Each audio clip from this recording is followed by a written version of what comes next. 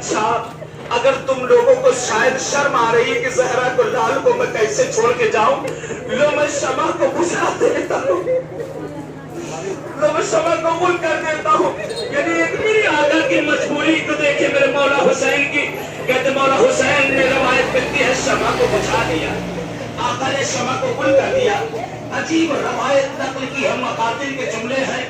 کہ اگر کسی کا پیر اٹھا ہوا تھا تو اس نے پیر زمین پہ نہ رکھا، اگر کسی کا ایک ہاتھ زمین سے اٹھا ہوا تھا تو اسی جگہ پہ روک لیا تھا کہ کہیں ایسا نہ ہو کہ جب شمع جلائی جائے تو لوگ یہ سمجھے کہ ہم حسین کو چھوڑ کے جانا چاہتے تھے لیکن حسین کی بے کسی پہ ہم لوگ رک گئے ہیں۔ کہتے ہیں جس وقت شمع جلائی گئی ہے، عجیب روایت ملتی ہے کہ کسی اصحاب کو جہاں بیٹھے تھے وہاں سے ہلا تک نہ تھا، ایک پتا بھی نہ ہلا تھا۔ تبھی تو حسین نے عجیب جملہ اس وقت کہا، اے خدایا تیرا شکر ہے کہ تو نے مجھے جیسے اصحاب دیے، نہ نانا رسول خدا،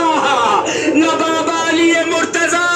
نہ بھیا امام حسن۔ کہتے ہیں وہ سب گزرتی ہے، وہ سب کسی طرح سے گزرتی ہے۔ روایت کے جملات ہیں، صبح سے لاشوں پہ لاشیں آنا شروع ہو گئے، لاشوں پہ لاشیں آنا شروع ہو گئے۔ حسین مقتل میں تنہا رہ گئے، آواز دیتے ہیں حل من ناصر ینصرنا، حل من مغیث یغیثنا، ہے کوئی حسین غریب کی مدد کرنے والا، ہے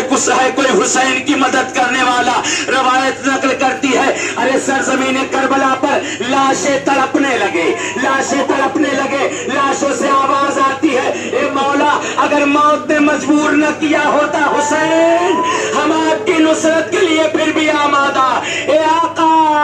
ہمیں موت نے مجبور کر دیا ہے، اے فرزند زہرا